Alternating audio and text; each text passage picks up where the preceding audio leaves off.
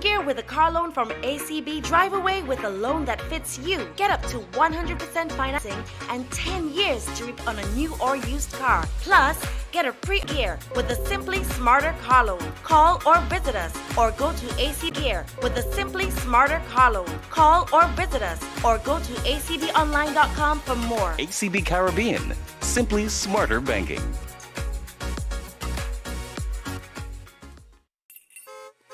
Jingle your keys and get in gear with a car loan from ACB. Drive away with a loan that fits you. Get up to 100% financing and 10 years to repay on a new or used car. Plus, get a pre-approved credit card. So rev up and get in gear with a Simply Smarter car loan. Call or visit us or go to acbonline.com for more. ACB Caribbean, simply smarter banking.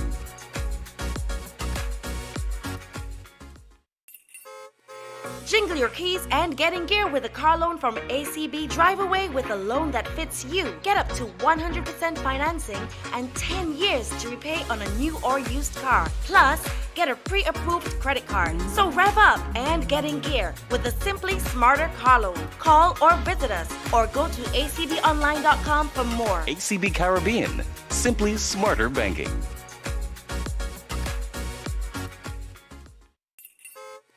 Jingle your keys and get in gear with a car loan from ACB. Drive away with a loan that fits you. Get up to 100% financing and 10 years to repay on a new or used car. Plus, get a pre-approved credit card. So rev up and get in gear with a Simply Smarter car loan. Call or visit us or go to acbonline.com for more. ACB Caribbean, simply smarter banking.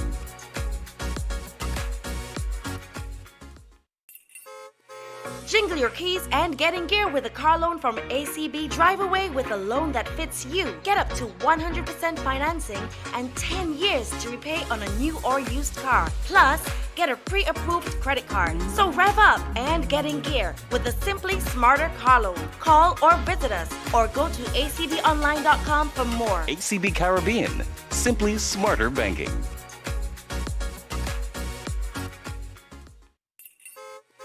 Jingle your keys and get in gear with a car loan from ACB. Drive away with a loan that fits you. Get up to 100% financing and 10 years to repay on a new or used car. Plus, get a pre-approved credit card. So rev up and get in gear with a Simply Smarter car loan. Call or visit us or go to acbonline.com for more. ACB Caribbean, simply smarter banking.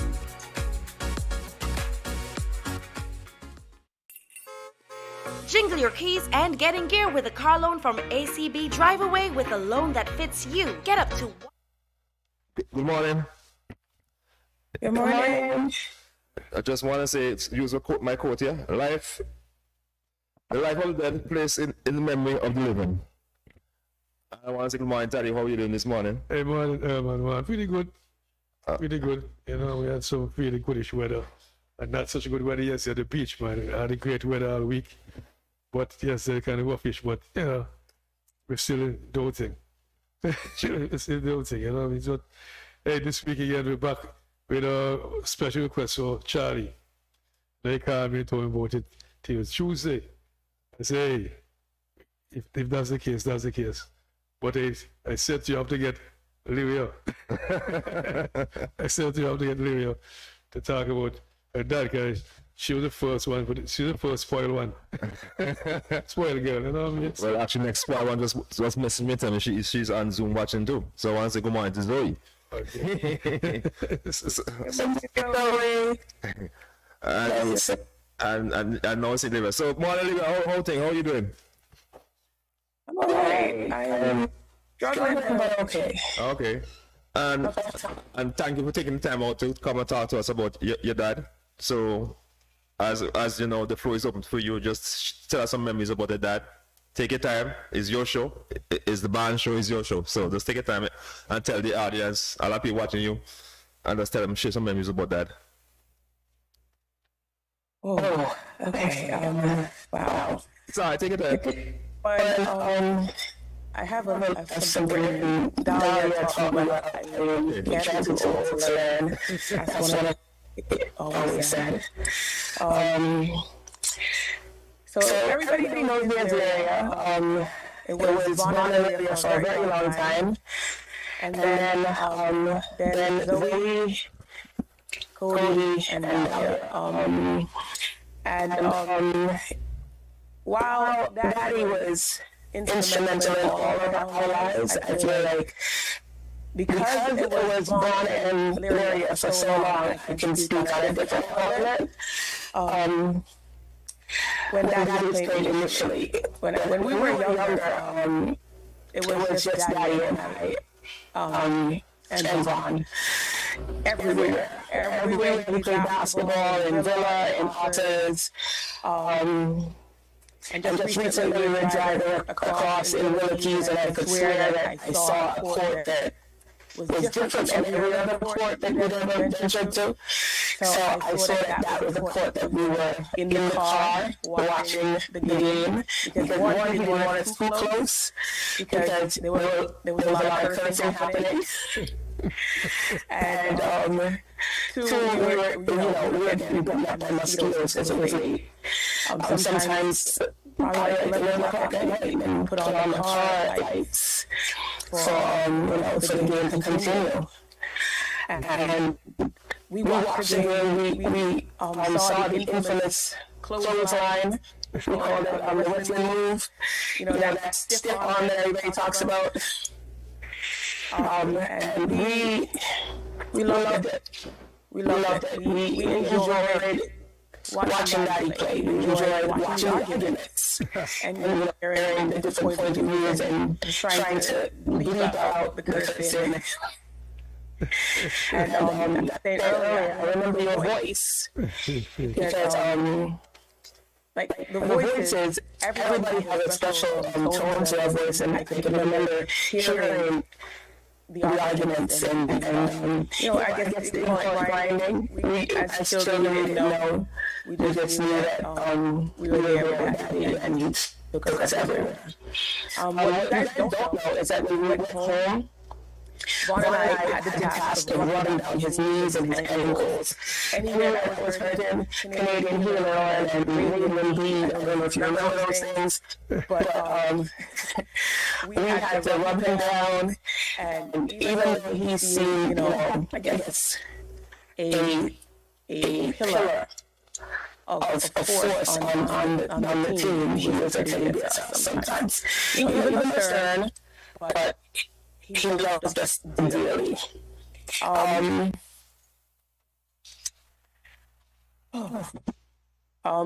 he sponsored the basketball team in Altas, I can tell you that the look of pride when he saw those jerseys, because everybody else that they had t-shirts, they didn't have like the jersey, like, and it was the Lakers color. That golden yellow, and he was so proud of that. He was so proud of being able to give to that. And he said, they had to be professional in order for them to think like they were professional players and play like they were professional players. And I remember Andy, Rocky, Sunstone, Stuntman, wow. All these names. There are so many people that Cosman, Kabuta. I learned his name was Cosman, and I couldn't let go of that because that was a different name. My name Von Corner. And Cosman, because we were so close in Martinsville when Daddy went to the shop.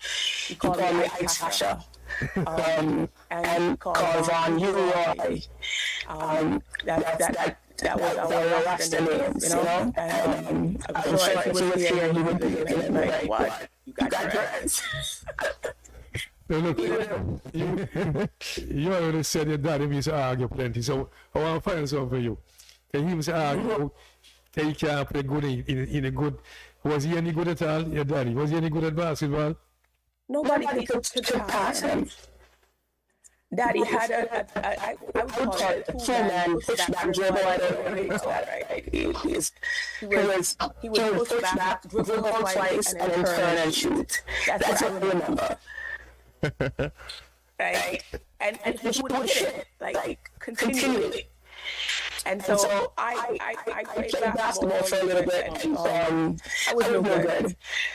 He tried to train me in basketball, but my hand-eye coordination was not the same as him. But I was proud. I was proud to see him play. Always proud to see him play because he loved it. You could see the twinkle in his eye when he got on the court. As we got older and we were in radio range and playing on that court a lot, you know, he would just challenge the young boys. And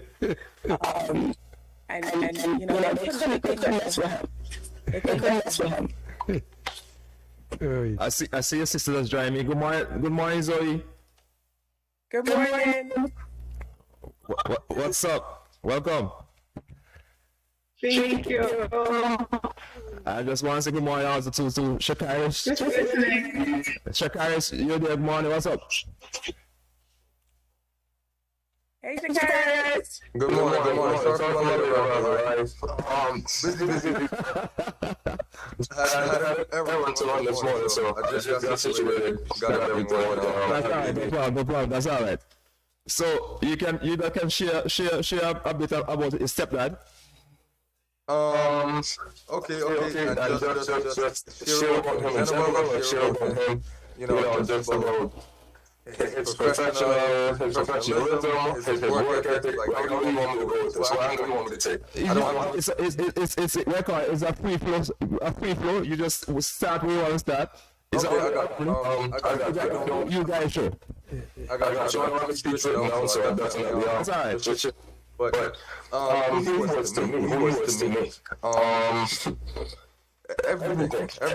You know, I have a few favorite people, and he's definitely one of them. And some of the things I remember when I think about him is, you know, he just came into my life at a tender age, at around 5 years old, 5.5 there. Dahlia became my younger sibling when I was around 7, so there's 7 years between them. Just to help you understand the dynamic.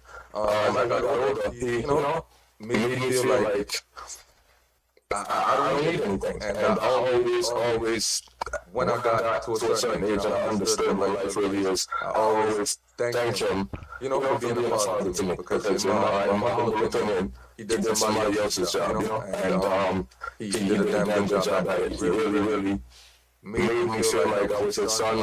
There's times where he would tell people in front of me when they ask him, who am I? You say, oh, it's my son, it's my big son. And you know, just keep the conversation going.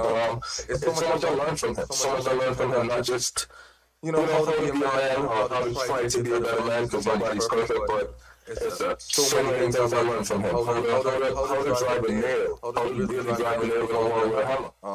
He taught me that. How to change a tire. He taught me that. How to jack up a car properly. He taught me that. Sports, you know, he is immense in sports, and he got me immense in sports very early. And you know, we would watch basketball, cricket, tennis, a little bit of soccer here and there, but you know, I grew up watching a lot of sports with him, and we always have a good debate about LeBron and Jordan, especially as of late. You know, he is just somebody that to me was just so well-rounded. Somebody that you can definitely see, you know, even if he doesn't necessarily know you, he will try to give you his best advice. Try to use his wisdom to guide you in the right direction to get the best results. He always believed in me. Let me give you a joke. Growing up, I always said I wanted to be a pilot. And I wanted to say, maybe I hit 12 or so, and I told him I want this flight simulator thing with this globe and this throttle and this, so I can start doing my flying thing. He said, okay, I'll buy it, man. That's no problem, but you have to promise me if you don't become a pilot, you give me my money. Can work out. You're not gonna get money back. Anyway, with that being said, at some point, the plans changed, and I decided that, pilot is just not what it's going to be right now, and that was that. Coach, always bring it up to me, but I saw him earlier this year in May, and when I saw him, he brought it up to me. He said, "Hey, I'm going to get you out to win me." He said, "You owe me for the flight simulator. Okay, you're not playing it." So I said, "Wow, you still remember that?" And we laughed it off. But he means so much to me, and that gesture means so much to me that I'm 30 now, and that flight simulator, throttle, quadrant, joystick, yoke is literally right beside my bed. And it's been beside my bed for years. Through college, after college, still beside my bed. So that just, goes to help me express how much it really means to me and the sentimental value in that right there. That, I'll probably keep it with me forever. When I was maybe around 13 or 14 or so, I was talking to him about basketball, and I was telling him, I hear so many things about you that you used to know so good back in the day. Come show me something now. And with that being said, one afternoon, one evening actually, kind of dark, not too dark, he decided, he could go on the court with me. So, you go on the court because at this point I'm telling him, well, they say you start hook shots and all this. I have hook shots too. And we go on the court. When we go on the court now, we play a little one-on-one shoot around to maybe like half an hour, 45 minutes. Cool. We get done playing. When we get done playing, at this point, his knees on fire. Knees on fire now. He's vexed with me. But he said to me before he started to touch me, he touched me like 3 weeks straight now and tell me, it's my fault, his knee swell up, and I bring him out on the court and all this stuff. And I said, come on, man, you should show me how we go back in the day. But the night when we leave the basketball court, he said to me, when you come out here? And I said, what do you mean? He said, I'll let you in the throw. Maybe I want you to for me. We laughed it off, but just so funny, some of the jokes, some of the things that he would say, some of the things he would find humor in, just helping me go through this tough time, because it's definitely it's been a tough, 3 weeks? One night, him and I are home from up at the gas station, and this was maybe a Saturday night, because it was actually really late in the afternoon also. I was maybe 14, 13 at the time, and we coming on the factory road in America. At this point, the soccer field is over, that soccer field is not, it wasn't there. So, that was, if I'm not mistaken, was much at the time. A horse is on our side of the factory road coming west. And we see the horse now, in the record, we see the horse. But the horse look like you're on board, and it look like you're not moving. It look like you're on board. As the record gets closer, against the sound, the light from the record, see the horse. So as the horse is started now, we get closer, the horse decided to walk up us a bit. Charlie hit a swerve and follow the horse in efforts to ensure you don't hit the horse. And we kind of go down to the bit and get control of the record. Look over and say, good, that's this time trying to control the record, still reach across and make sure I go now.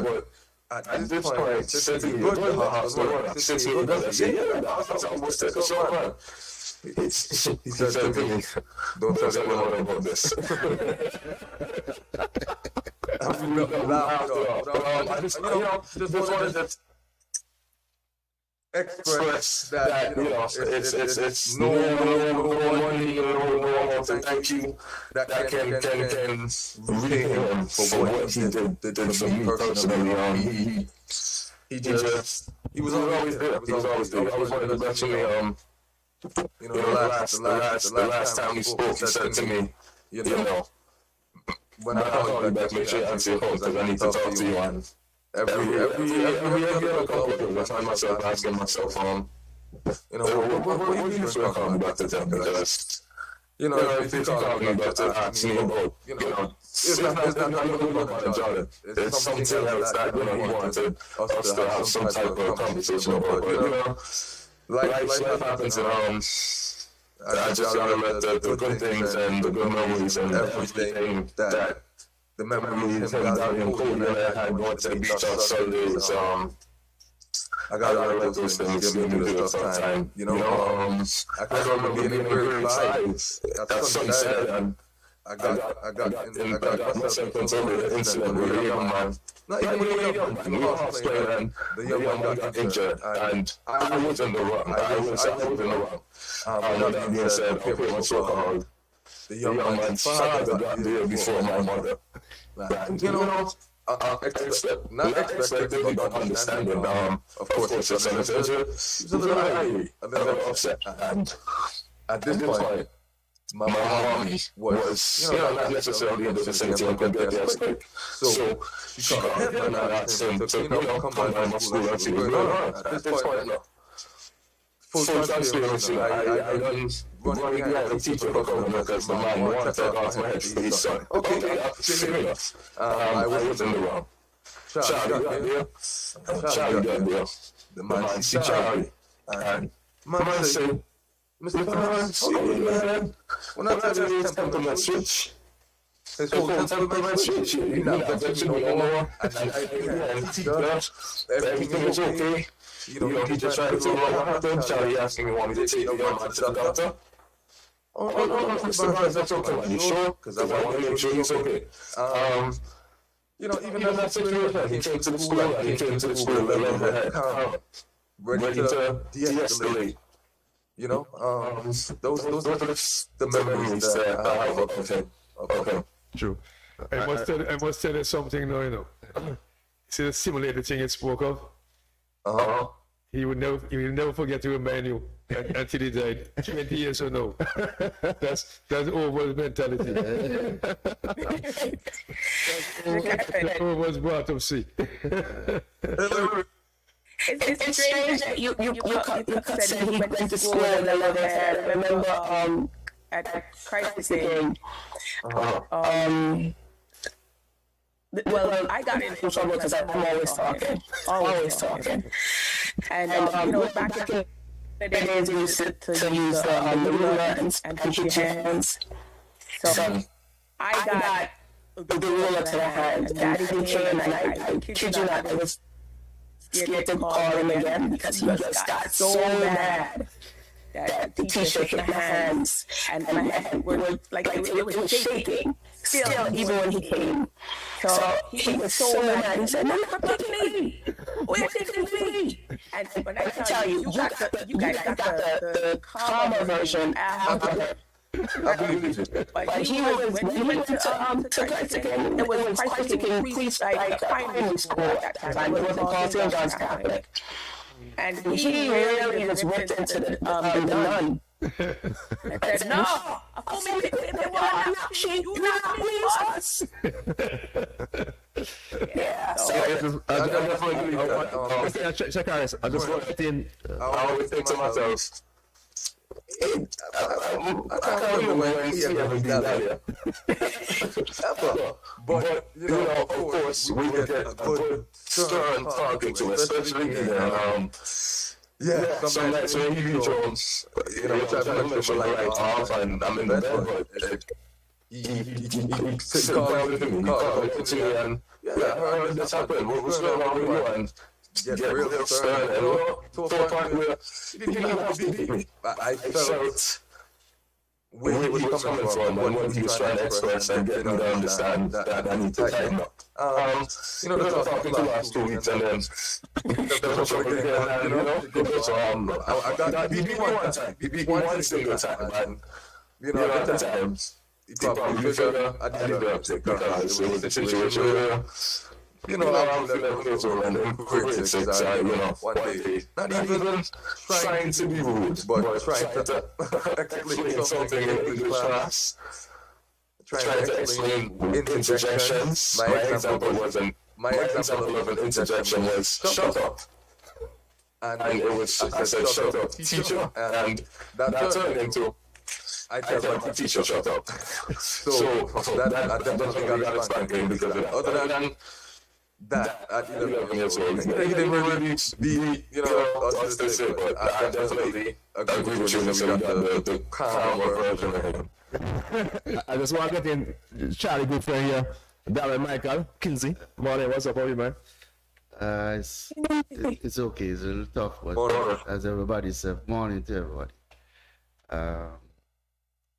It's, as I said, it's a little tough for us, because Charlie was not just only a friend. Charlie was a father, brother, everything for everybody, not us, So it's difficult, but as you say, the times will go, and we'll go through.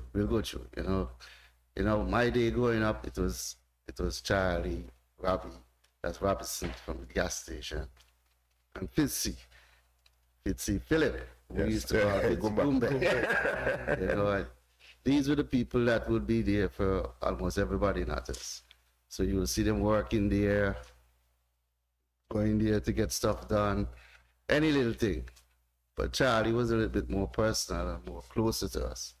Because Charlie was in everything. He could play all the sport. wait. Charlie the football. Business league. Charlie was one of the first teams in the business league. And Charlie actually played. Charlie actually played. I'm sure you will hear people like Barry and Camby and Yatta give you all kind of jokes and scars. So shoot his first goals.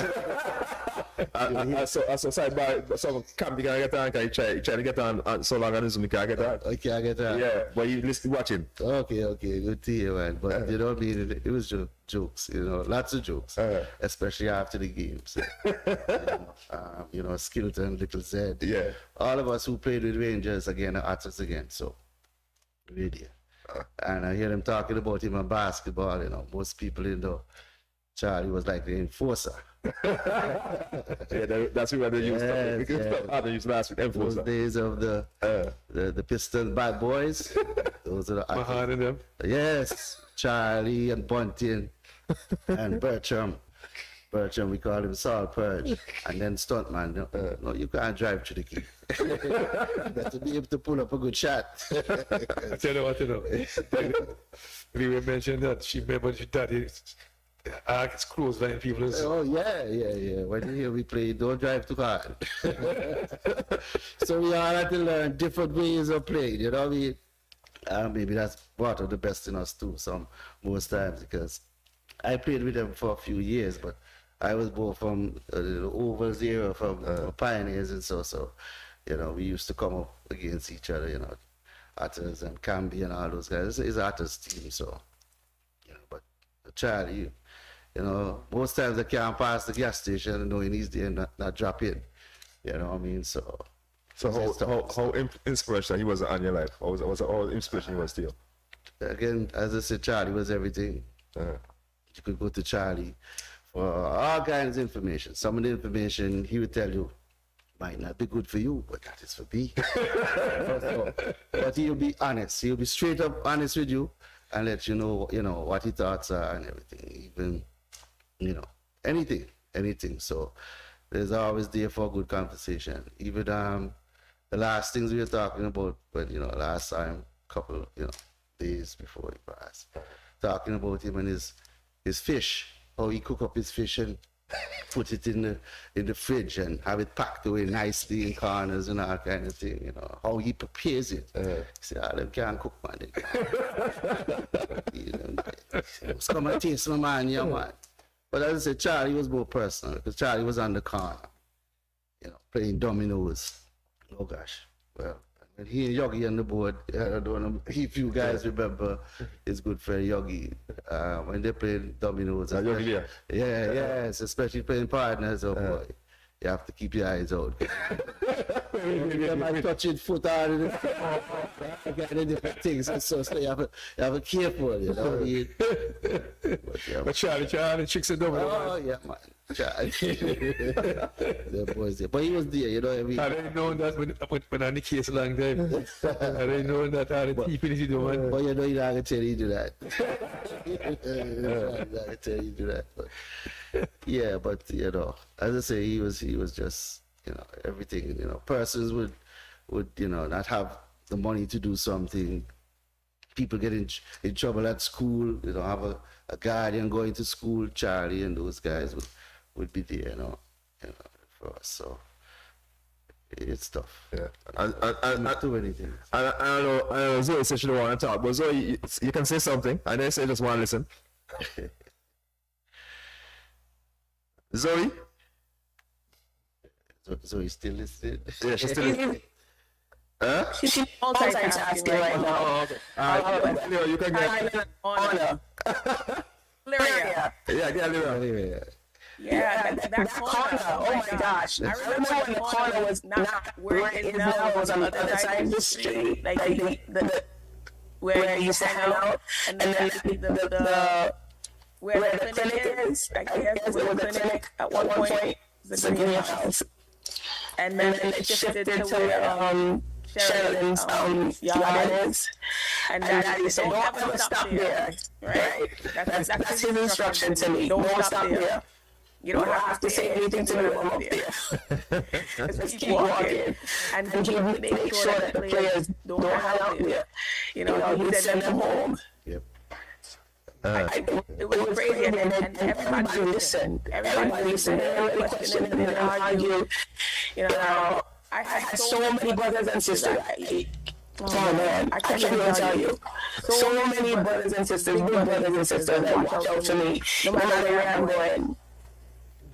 I remember when one passed, everybody came to the house. And everybody checked in to make sure that Daddy was okay. And that I was okay. And I'm forever grateful to Otters because Otters made me into a strong person because it's a strong place. And it made Daddy feel at home such that he did not want to leave. He did not want to go anywhere else. He did not want to live anywhere else. He wanted to be around people that loved him. And I really appreciate all the people that made him into the massive person that he was. And just saying massive, I remember massive was a name in somebody's name too. Barry brother. Yeah, massive. Barry brother. Okay. Yeah. Eyes on you right now, I think. Yeah, but it wasn't just basketball. It was, I remember him playing soccer. Right? We were up by the radio station, the field up there. Yeah, really. I remember him playing soccer. I know he loved watching cricket. And Charles mentioned, as he got older, tennis. We could talk about any tennis player. He would sit and watch. Just actually this year, we were watching the U.S. Open. And he was telling me that, what's her name? Oh gosh. Osaka was coming back, right? And she was going to make a mark, and she was going to feel better, right? He wanted it for her. He wanted her to come back and you know, and beat everybody out. Because he watched her struggle, you know? Yeah. And, you know, you were talking earlier about basketball. Before it was Jordan. He loved Magic Johnson. He loved Magic Bird. Would stop. He loved the Pistons. Isaiah Thomas. And when Dennis Rodman was with the Detroit team, he's like, where is this person coming from? But he knew nobody can stop him and play. So he loved watching basketball outside the window. With a small TV face outside as he doing his mechanic work, his upper body repair. You know, those things were important to him to build a family.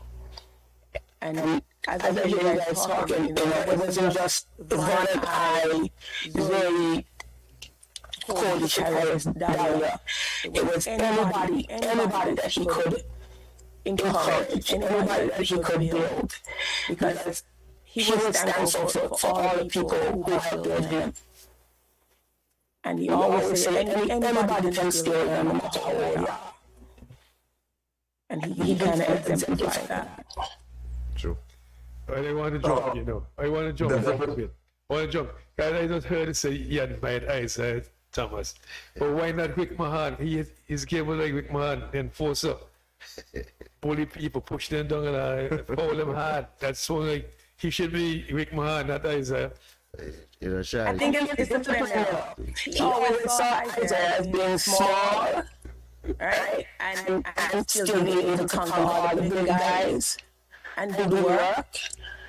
So he loved watching him play. He loved watching the discipline that he came in. He didn't feel intimidated by the forces that he had to deal with.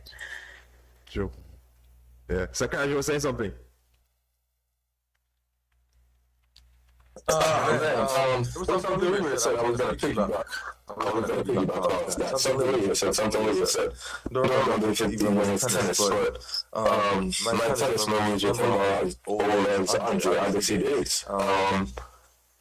You know, when Sabrina and Venus' father was giving them signs in the stands. But way back then, we used to watch tennis.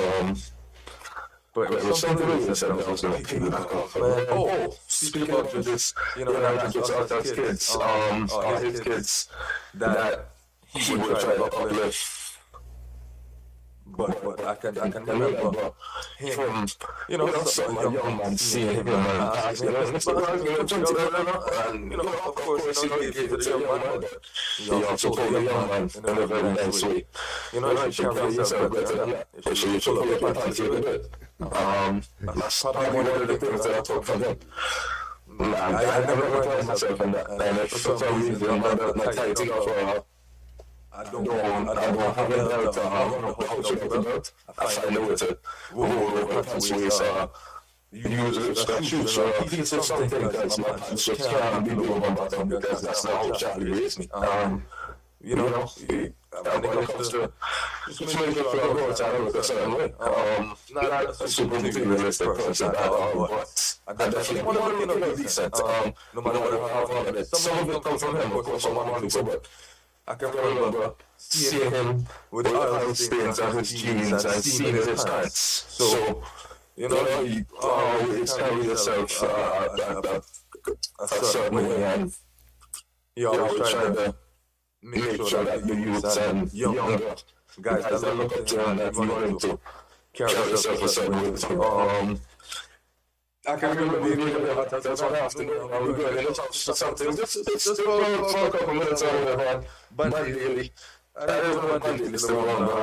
Bundy, the action, if you can watch on the car, that's how you look. I think you see the car clean. White little bit at the time. Try to tell you about it. So I think it's a man. Bundy, you watch the car.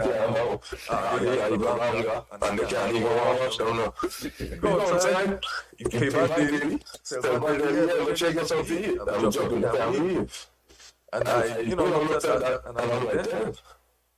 He didn't really have to make Bundy watch his camera. But maybe he just wanted to give Bundy really some money. So that they can get something to eat, and boom. Because he asked about the dinner, he said, yeah, and that's just the type of guy he was. I don't know, man. It's just one rough, man.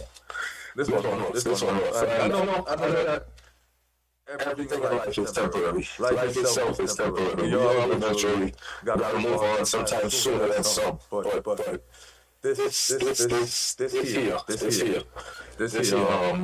and maybe it's, a conversation for another time. But this here, Charlie don't end here.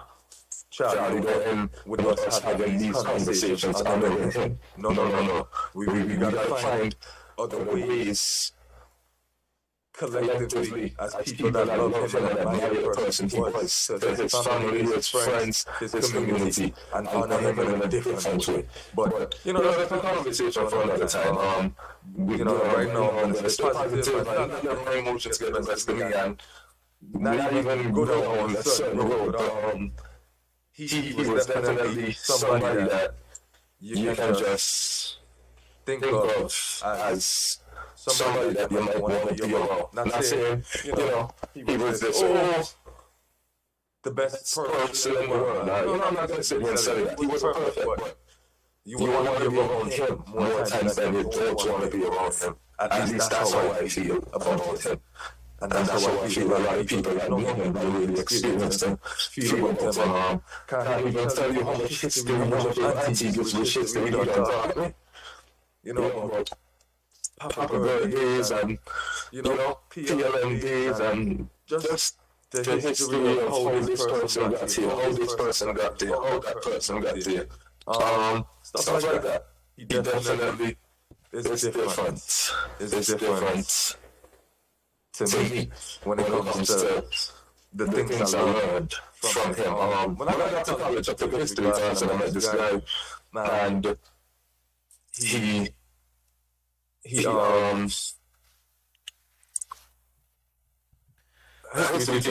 very knowledgeable. Before I met that guy, I used to, you know, sometimes when Charlie would share something, he'd tell him, "Palmer, you like a human encyclopedia." You know a little bit about everything. You know, and the moment I come out to you about this, you know, it's, oh yeah, this, you know, and sometimes I'll take it upon myself to look it up, just to fact check. See, you know, if you know what you say, right, I'm not ashamed of it, and 9 times out of 10, he was pretty accurate, if you know what I mean. So, you know, it's tough, but definitely I hope that all the memories that everyone has of him and all the gestures and all the sponsorships and all the free stuff, you know, I hope that we remember him for the good man that he was. I want to ask a quick question. Check Alice. Your mom just tend to ask you, why were the thief come in the house?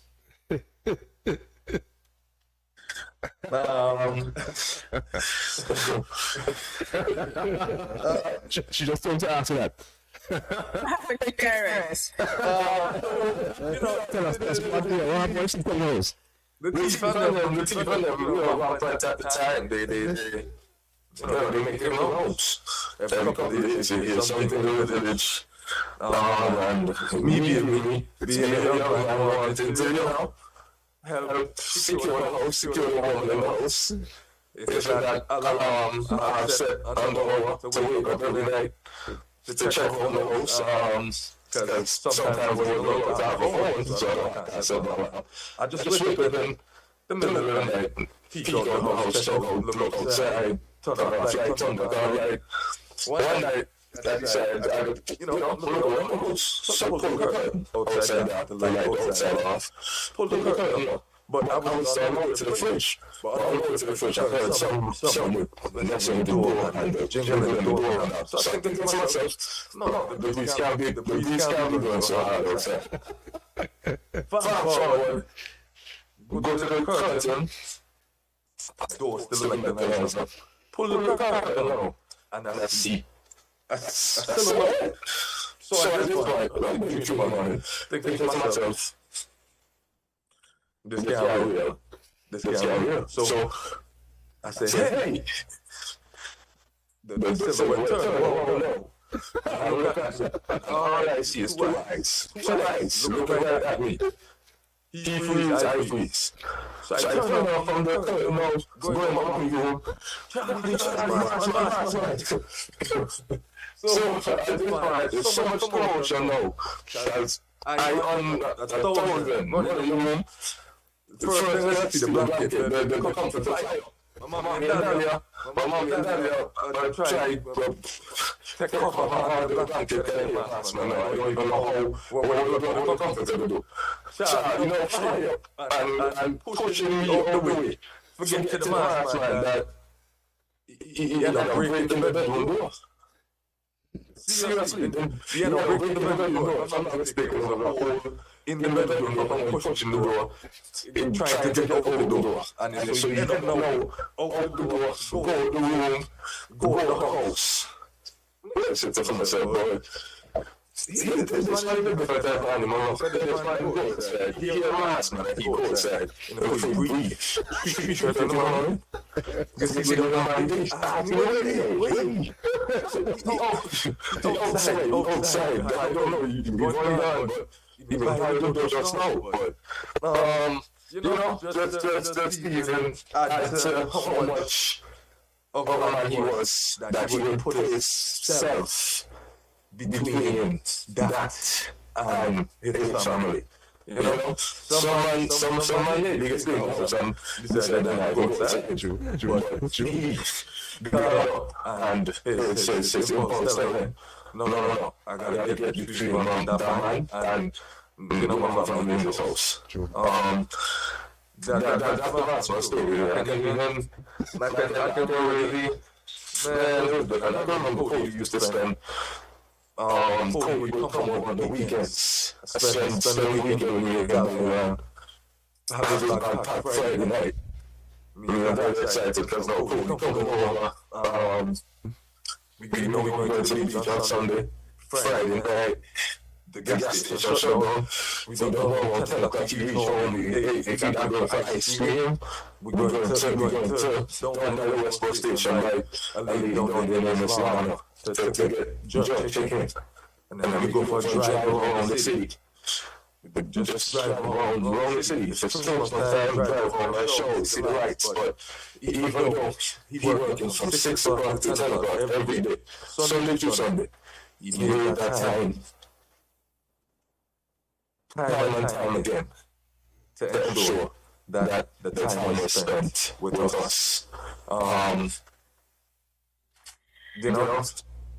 The Saturday morning, we go and get the Sunday morning, we go and get the bread. Bring it back. Sunday. Loaded bread. Yeah. Just Like carrots. Second part, right? And that driving around, the ice cream, the sun, beach, all that. That was first part. I was near Vaughn. I'll get the better part. Very hard. What's still working 6 to 10? Back. 24/7. 24/7 when we first started. But you know what? He would let us drive. I don't know, it was like a whole golf cart. We were driving over to LTN in the night. And we would get the chance to drive. I think it was maybe like 11. And he put me on his lap and I would stare and he would handle the pedals. And those things, going to the beach in the daytime, going out to see the girls, to see family. I don't know if y'all got to see that side of him where he would just take you a random place and then you'd see your family there. Yeah. I mean, speaking of that, just earlier this year, not earlier this year, late last year, because I went in September, November, and time for Christmas. I think it was for Christmas, It's just the condition of we work. So anytime I'm there, I'm on vacation, I have to find time to go up there to put some work there because I don't want. Definitely, eventually they ask me, you're not going to work? But with that being said, that time there, I haven't been home in maybe like 6 to 7 years, so I was really just enjoying myself. So I was to go up at the gas station every day, but by the part, for a couple hours, I just spoke to like him, but I can remember growing up there back then. And he said to me one afternoon, and I get to that day maybe after 12, because I up till 4:30 in the morning, 5 o'clock in the morning, I can't wake up to go there, but I use them. So I tried to go there, and I go on my car to him, and he looked at me and said, really? I know you're going to work? So I started laughing and said, I know you just woke up. So I said, I'll stop going, so I'm going to get something to eat. So I got to go get some Chinese food. But those memories of him, and we gotta put that work in, never really went away, man. It never went away, even if I wasn't there for an extended period of time. I had to go up there because we had to work and eventually pull away and go and, you have my favorite restaurants I like to see over there, Airport Road, a Chinese restaurant over there. Always want to go over there. But yeah, it's the one. Hey, this is Joey. Hey, Zoe. I just want to piggyback off of that. The work ethic, yes. I thought it was work, and I think that's something he can say that. I am at work right now. I'm listening in, doing my best to be a part. I really want to say thank you. The the first audition was just so refreshing. You tried different tears. It was tears of joy to hear all the great things that were said. And I just want to say thank you to everyone for all of your prayers, for all of your well wishes. It is truly heartfelt, and I don't think you may or may not understand how important this is. So I am physically at work. I am listening in. So I probably won't be able to jump in if you call me, but I am listening because these things are giving me strength to keep going. All the things that have been mentioned are so true. Yes, Daddy was a worker, and please know that he is someone that believed in education and uplifting others. So no one, to my knowledge, no one would need anything. He may not give you, but he will give you an avenue to get it. And that is something that all of us will ever keep in our hearts and remember, no matter behind. Something that I mentioned previously, he is someone who talked in parallels in a sense. One thing I ever remember getting in trouble and experience is a hard teacher. She gives the test first and then the lesson after. And I forever will continue to tell my children that and live by that because it is the truth.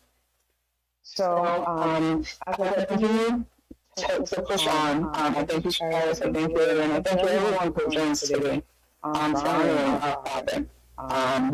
It is God that will happen, but Charles, he will not, it is not the end of him. This window was on forward, but he's going to be a father with him. So I appreciate you guys. You're welcome. And just to piggyback on the kids at Kinsey, I know everybody hurt different and feel pain different, but I know you were very close to him, because this morning when you spoke, you told me you were too emotional last week to come to the show, and this morning I still feel the same and stuff, so I really appreciate you coming, take time out to come today. But just share with the a lot of people watching online and the children, how the kind of friendship and the close-knit relationship you guys had. Yeah, as I said, he was everything, Whenever you needed to get advice or anything, even when I was going off to college, he was telling me, all kind of things that, and things that motivate you. Give up is going to be a hard task. You have challenges. Don't give up on it, because at the end, usually is where you see the glory when you work hard to get things done, So, it was, as I say, he's there. If you want to laugh or to get your mind away from other things, you go down by the gas station or by his house. And they were talking about something about, when they were younger and, when we used to go down, wherever Charlie shop was. Wherever Charlie shop was, everybody's got to gather there for something or to be there, even working. Sometimes we will be there working during the summer, even during school time. People will run by to go taught you how to do the body works, taught you about mechanics, taught you about all these things. So, and we never had to ask for anything, nothing about pay or anything like that. Yeah. So we were just happy to be in the environment and to be learning things, even going to ride when he go pick up parts, and kind of people he met, he joked around with, as I say, even in the evenings when we don't know how Charlie had time to do all this. I'm telling you. And, as I said, he had them there even in the evenings late after, certain hours. Because, as you said, Charlie never stopped working. Yeah. Sometimes, especially when a car needed to get out late in the night, the light would be still on. Some people would get up from home and they say, look, I'll go by Charlie. And everybody up there, we talking, we joking, and we still working. And everybody helping. Nobody looking for pay. People just happy to be in the environment and learning things. And as I said, the conversations, sometimes it was jokes and everything. And then sometimes it was serious about life and what you do and, and that kind of thing. So it's really touching because, as I say, although he was one of the persons that in Otters, he was much more closer you know, close, Fitzy has his shop down there with everybody else there, but when it's over this, you know, 80 Fitzy will go home. You know, go back on to another place to do that. But Charlie was back in artist playing domino. If somebody beat him on basketball, you know, you go work, come back later, hey, I'll go play no. You want to get you back. You want your last lick. You want revenge. Yes. So, you know what I mean? And, you know, so that's why it's so close, it's so touching, so emotional. I know those other guys would have other things because they, you know, they have their other ways of beating him personally. He doing certain things for them, helping them out. As you say, you know, people come in, don't have no lights in the house, and so sometimes Charlie have the light go back on, they don't even know. Who put back on this? You know, AP way to switch back. You know, I mean, anybody matters, and so, you know, so it's just touch. I just like last week, Noel played a game. They played a game against skill with a basketball game. And Noel had the last shot to win the game. First time Adam was here. And Noel missed a shot. Noel said, every time Charlie see, he asked me money. You remember that shot, like, lose the game now, you miss a shot. But you don't know what happened. Charlie would want the last shot. Because Charlie, as you say, he like Isaiah and him. Because, you know, at the end of the game, that's the go-to person. I mean, so Charlie would want to say, listen, be the go-to person. So, if it rolls around, that ball gets it, is a different situation. But, you know, Charlie can look for that last shot, especially about the key, the top of the key. That's Adam said last week. Adam said, why you want the key? That's it. That's Charlie dangerous. Charlie dangerous. And, you know, not people see bigger players, so Charlie shoot 20 points and so, 25 points a game and so. Okay. You know what I mean? Yeah. So, as I say, he will have his fun side and his turn side. You know, when you need to get something done and you're not doing the right thing, he'll be right there on your case and let you know. Straight up, you know what I mean? Hey, no. And, you know, when Charlie can talk, nobody go as they're telling you, his children, they're telling you, you know what I mean? You hear that one time, you know, well, Charlie, that's the right, you know, don't make that happen again. And like Adam said last week, Charlie park a car in at us anytime, anyway, left it open. Anyway. Nobody try to drop Charlie car. That's what I'm saying. That's why it's so, you know, so touching, because we know that, you know, he's a person. Just hearing that, I contact with Daddy, and almost every night the car left open. Sometimes the water is on the car seat. Sometimes he wasn't really particularly secure in my unit with respect to, you know, securing things, but his family, he made sure that we were okay. And I totally agree with the statement that, you know, he always looked out for everybody. So he said, he made sure everybody got an education. He pushed, I remember him talking to Andy and Casey and telling them, hey, you have to finish college and you have to go back to school. And when I didn't even know what college was at that time because I was young. I was going to school. And he said, no, what do you want to be? And he said to me, okay, if that's what you want to be, that's what you're going to do. In the same way Cyrus said about being a pilot, he instilled in it. If you work hard, you can achieve anything. Because that's where he came from. Daddy didn't have a lot when he was young. He barely had shoes to walk in. Okay, he always told me that, like, this is why Welly and him were so good, right? Because he didn't have shoes that fitted him because his feet were so fast and he was so tall so quickly. But he always had somebody that would help, somebody that would, you know, encourage him. And even though he would get teased because he had a lisp, he was always pushing through whatever obstacle. And he encouraged everybody, push through the obstacle. Even on the court, he could push through them. But fight. You need to try.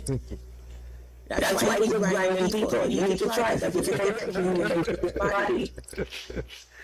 That's his kind of mindset. And that's how I operate as a parent to my children. I'm going to tell them the hard truth. I probably don't sugarcoat enough. But that's how I got it. And I don't do the spanking that I used to get, but if it was a situation that needs it, it's gonna happen because when safety is in question. So like Chicago's mentioned, like when safety is in question, I don't think Zoe ever gets a spanking. Zoe, I don't think Zoe ever gets a spanking, but they understood because as Daddy got older and more mature in parenting, he understood that sometimes the hard conversations, right, are sufficient, but sometimes, the scolding isn't enough. And he went by the Bible, stared around and spoiled the child. No, seriously, he did. He would have me read Psalms to him all the time. All the time. And even it was something to help me to do better at reading. He believed that having God in your life was important. And it's become super important to me. So even though he groomed people in basketball and mechanics and learning a trade to make sure you have something to eat, right? He also made sure that we're eating the right from the right source. True. From the Bible. Somebody just type in just while ago, Lucinda. We're going some others, man. Yeah. Chinese. Just say you have to think twice when you saw him down the paint playing basketball, sip Charlie. Kind of everybody say Chang and Pop. Like I said last week, Jad gets straight from, but Jad put the hands up. And make a pass it. I'm trying to say this close line. He had this so strong. The close line. So I remember this close line.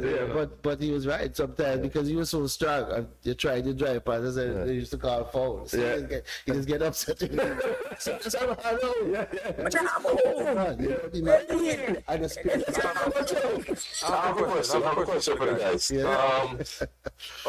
maybe I can answer this because maybe we witnessed it.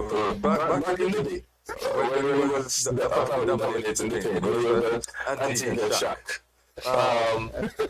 You dunk? Yeah, see dunk? I have never seen him. No. Wait. Well, I think in Villa. That he can dunk, but I never see him. In Villa. I think the ball will have to be more In Villa. I think in Villa he did. Pull it out of him. That's what I'm talking about it. It is not, man. Son was a dunk, man. Yeah, it's not. I got you. I was just curious. I don't know if you would dunk. And I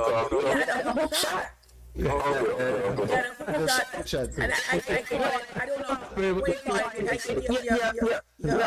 Turn your back and you push it in, right? But it's like two dribbles, like two dribbles and then you turn and you just shoot at a layup or do hit it in, but they always hit.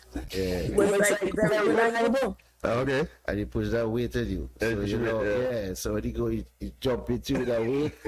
So, you have to follow. And and one, You like the feature, so you just laugh, you know what I mean? I love feature. Yeah, because you foul him mostly on the shot, especially low in the paint. Yeah. You don't lean and put this heavy weight in you, and so when you do, you probably hit his hand or something. So you like the features, so you go to the line and you laugh, because they're on the top of the key. That's it. Yeah, Charlie was deadly, man. Charlie was deadly. If they don't call it, you know.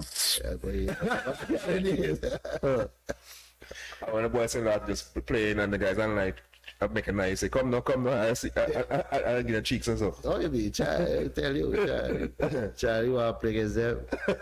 And I just say, if you win, you don't know. Now I'm going to live for too long. You come back. Ready to play you again, because you want to get back. So it doesn't bet over his mentality. Yeah. We don't want to lose. No, can't wait for the next game. You want to challenge him. Yeah. So Shakari, you get the answer now. He was pretty a good player. He was a competent player. Yeah. I hear that. I hear that. Yeah. Earlier we were saying how big he was at education. Yeah, definitely, because a lot of the have a lot of the conversations we had, just over the years, he would try to give advice as to, look into this, look into that, look into this, look into that. You should think about doing this, because they always say, oh, I'll come back home, color. So if you do this, you don't come back home, color, and you look for Frankie, you have a part to play when it comes to the economy or just something unique and not just anything but something. Fine, he's done giving advice on a few different things that he think, really good ideas that I could probably do to propel myself and put myself in a good position, but not in a good position to come home and still be able to be fruitful and thrive.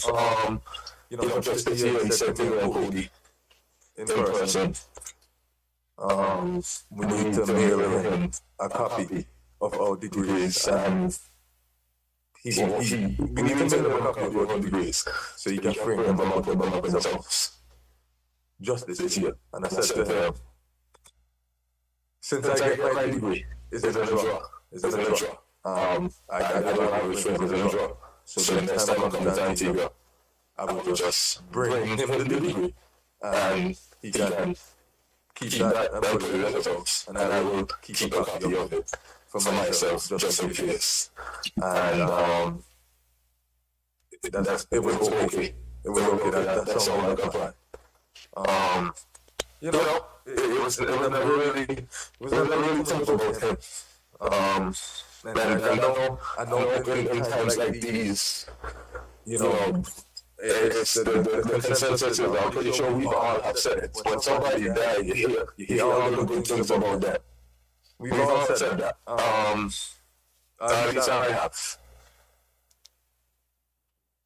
It was never about him. He wasn't that selfish or self-centered of a person to where everything had to evolve, everything had to revolve around George. No, even though, I mean, 2018, 7 years after I got a degree, I want to come out. Still, this isn't the first time he said it to me, but it was the first time he said it to me, and Cody, together, I want this from both of y'all. Just a different guy, man. Just a different guy. Just a different guy. Just a different guy. There's a different, unique individual that, was well-rounded and probably had a lot of better days in front of him. Probably had a lot of good days in front of him too. And this is rough. It's heavy. It's real heavy because the same night, that same Friday night, Gandhi called me on video, and it was good spirits, high spirits. The moment I answered the phone and he see me, he lighted up. And I won't say what he said to start the conversation, but it was, it was in a joking manner. It was in a joking manner, and that confirmed to me that he's in a really good mood now. And we were about to get into a good conversation and catch up on a couple of things, and he took a phone call and told me, you get back to me in silence, make sure I answer the phone, you need to talk to me, and you need to tell me something like that. And here we are, now I'm going to him. And I never got that phone call, but such is life. At the end of the day, I just hope that everybody that knows George Barnes, can just remember that he was definitely loved. He was loved. He was appreciated. He was admired. And he was definitely somebody that would help somebody, even if you didn't know them. I hope that, everybody just remember that he was loved, he was admired, he was appreciated, especially by his kids, the people that love him, but most importantly, he would help somebody that he didn't know. if they needed help. And, you know, that's just one of the few things, so one of the many things actually, one of the many things I take from him and try to live my life every day. There's nothing is too big for me to give to somebody. Because I watch my mommy do it. I watch my mommy do it year in, year out, and I watch Charlie do it year in, year out.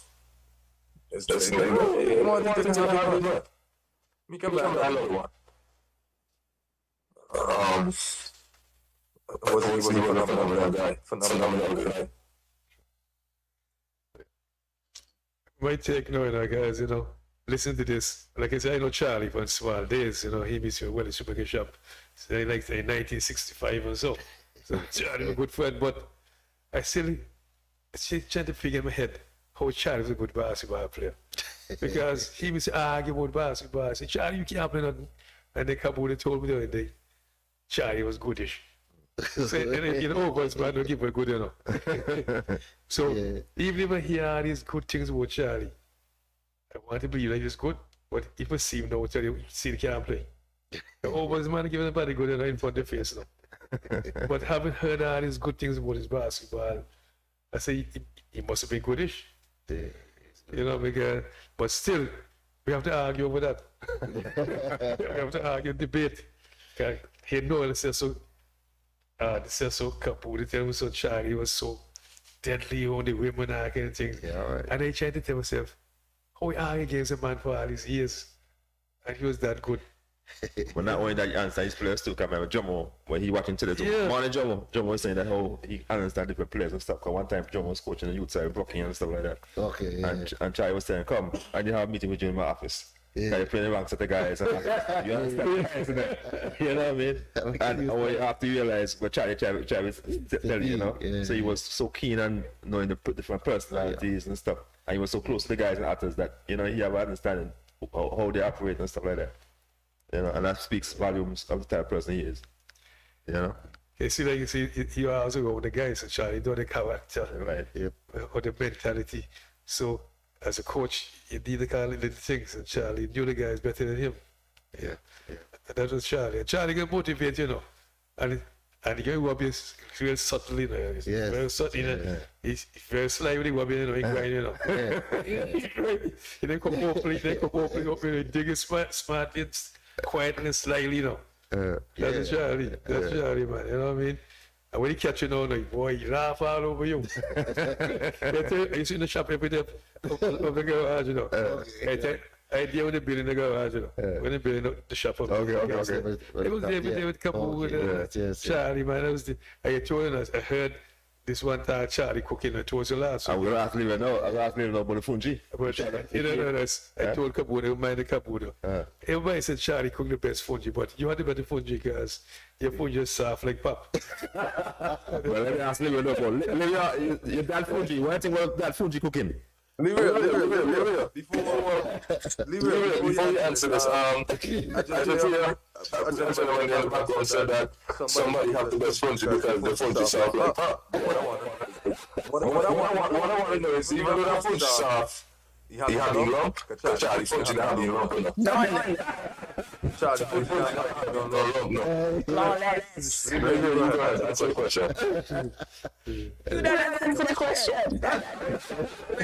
What's phenomenal? I can't make fungi as well as him.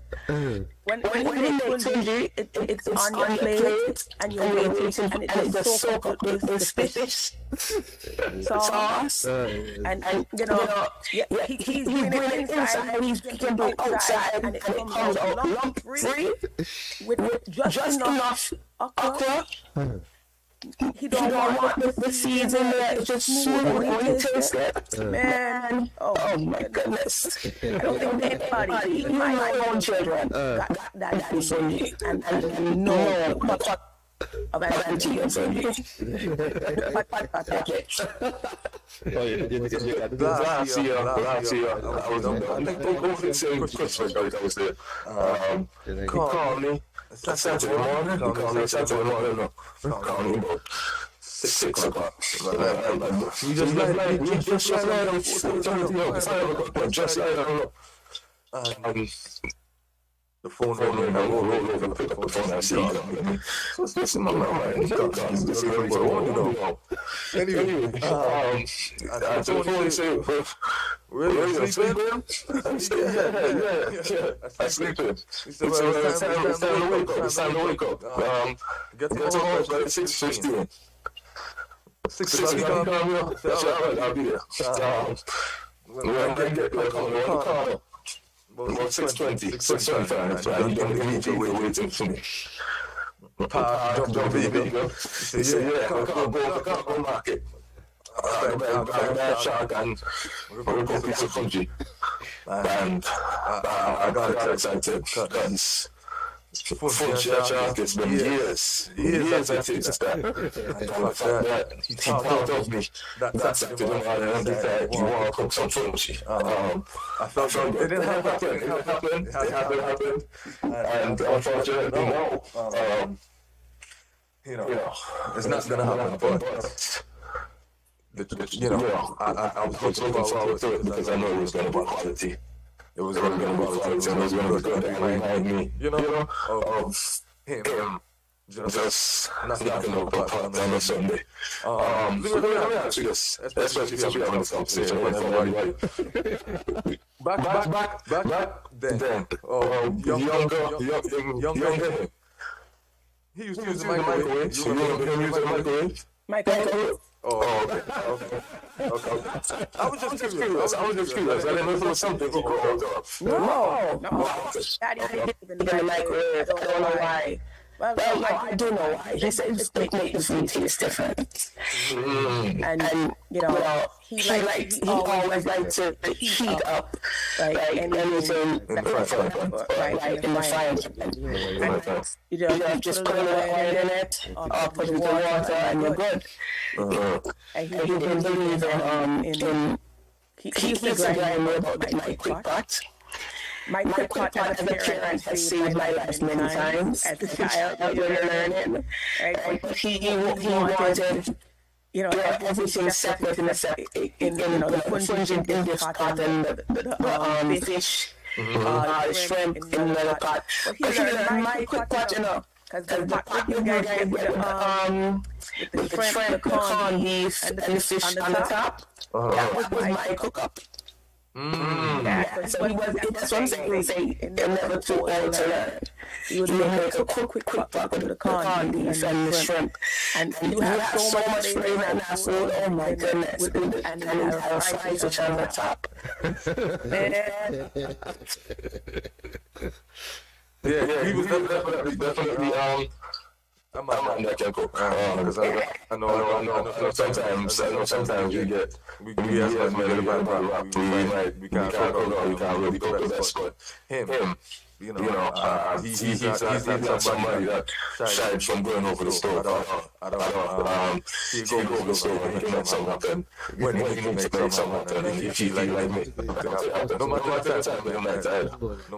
time of the night, if he like something, he gonna cook something, man. Yeah. But yeah, I actually that because I know he does it and believe it or not, and I'm sure you know, Cody don't use the microwaves. Cody don't use the microwaves. Since Daddy was here in, I think it was 2022 or 20. I plug out mine. And you have used it since? Wow. Caleb, my son, plays soccer for his university. Everything is heated on the frying pan. Sarah is she's going to be a chef. She's in school to be a chef. And everything is from scratch. And nothing in the microwave. Grandpa. Grandpa, he's influenced our family a lot. Coming up here, I don't know, you know the seafood boil, right? But so maybe you can help me. understand how he got into those accident, how he like those, because that's how he told me, let's go somewhere, and if I'm not mistaken, I don't know if he suggested that, or could suggested it might be his idea, you know, and I told him it might be wherever you want to go, but we went down there, we had some seafood, I want to tell you, he went to work, I'm sitting down there watching him like, really? Since when we doing this? Go ahead. In Harlem, there's this fish shop, right? They have steam fish. So they have fresh fish being sold, and you can take a fish, like salmon. There's like a salmon head, and you take the salmon head, and you can get, they'll season it for you, and you know, and you can have it steamed. He had that. I kid you, maybe when Von was alive, it's so long ago. And since that time, he loved it. He even was thinking about bringing it to Antigua. He thought that was like a great idea. You know, on the port. You know, when you go to buy your fish, you can have the option of getting it steamed there. But he loved the boil. Gotcha. Prior to maybe I didn't even know, he really good at seafood, but when the man came, man, he put on his bed and he just went to work, cracked down the crab legs, and you one with this, and tell Cody, this one with that, and he tell me, all of this, so I have, a variety of things to choose from. Yeah, variety. Yeah. At Zoe's, I think it's her anniversary. It's her birthday. We all sat down in Maryland on the, in Maryland they have the port there, and you can get fresh crab. Using it for you on the grill. Wow. When I tell you, it's like, okay, we're going to order this, and we're going to put it all in the middle, and everybody take what they want. And while we sat there, I couldn't even move when I was finished. I really couldn't. It was just such a good time. And everybody was laughing. Everybody was joking. That is like that family meal. Now in all kinds of books, they recommend families sit down and eat together. That's something that I love doing because it's simple. We voted on it. When I heard it, some sport mentioned Maryland and crabs, but when they went there, they didn't get no crab, they get Shally Go. It's the same crab. There you go. That's the Antigua crab, but that's Shally Go. I know it's not the same, but it's no. Wait, Antigua crab into the Maryland? Yes. What? Oh wow. Okay. I don't know. The flesh is sweeter. Okay. It's like Maryland crab is sweet, but you need to season. I think the Antigua crab, you just need it to be soft. The sugar just come out of the skin. We just naturally sweet. I don't know. Yeah. Keep going, man. Oh, it's so tough to talk. It's so tough. I'm smiling here, and I feel like I have a little mask on because my heart is hurting. My heart is hurting. I thought it was just me. I found nothing else, speaking. I said I'm gonna go. Just talking. I'm not nervous to talk. I speak in front of people every day. I thought it was just me. But I'm glad you said that because hurting, I feel you. I feel the pain and hurting is kind of. I want to not necessarily don't agree with what you said, but kind of express to people listening that might be an understatement. A piece of us would take taken. A piece of us, whether it's a limb, whether it's a finger, whether it's a kidney. Just imagine a piece of you just don't exist no more. A piece of you don't exist no more, and you just have to carry on with that knowing that piece of you is gone. That's what this feel like. And really and truly, you still have the kidney, you still have the arm, you still have the toe. Not you didn't lose nothing off your body, but for us, for me, my heart is shattered. You know, my heart feels as if Devastated. I don't have no heart no more. I don't have no heart no more. Because somebody that good can go like that. No, a piece of God ripped away. That's the part that's super difficult for me. I feel like this is a repeat. And it was with Vaughn, it was difficult, but I had daddy. You know, I don't care what anybody say, you know, cuddling on your father at 30 years old is not unacceptable. It is necessary. You know, when you're 17 and you're about to be 17, you lose your 17-year-old brother. I spent a lot of nights being with my dad. A lot of nights. Why didn't they tears for me? And I am trying not to cry now, but who's going to wipe my tears now? True.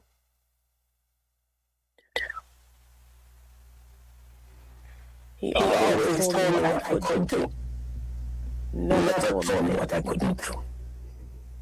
Never treated me like just a little girl. I pound nails. I know how to do my change. I know how to check the listen to sound in my car. You know, I know how to change the tire. He never put me in a box of being a little girl. He said, you can't do anything area. Anything. You just open your mind and learn it. Who's going to do that to me now?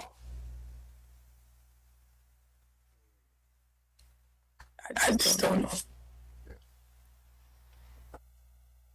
What I want to find out, did he teach you that whole antibo cooking fungi? The one that aspiring to be a chef?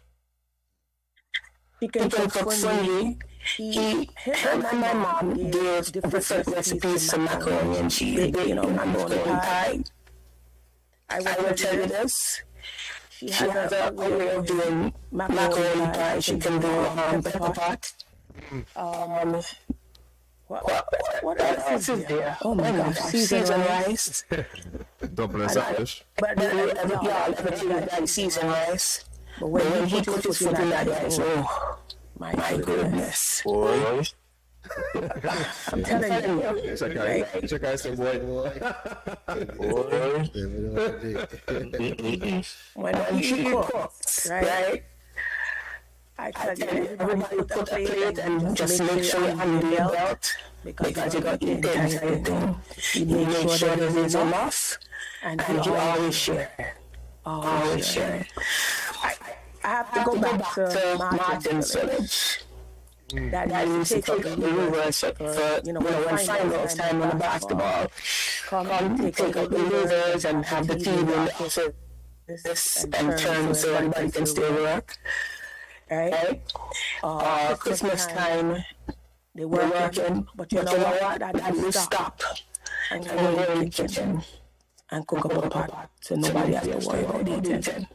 I don't know if anybody on you know, on the podcast right now remembers that. But I mean, young and old, Mr. Gomes, I just heard this morning that he passed a couple of days ago. Uncle Wright used to come by, politicians used to come by, and everybody's in the yard, especially Christmas, New Year's time. Everybody in my grandmother's yard, just eating and laughing and just loving on each other, making jokes, and everybody went home full. and everyone went home happy. I wish Antigua was like that still.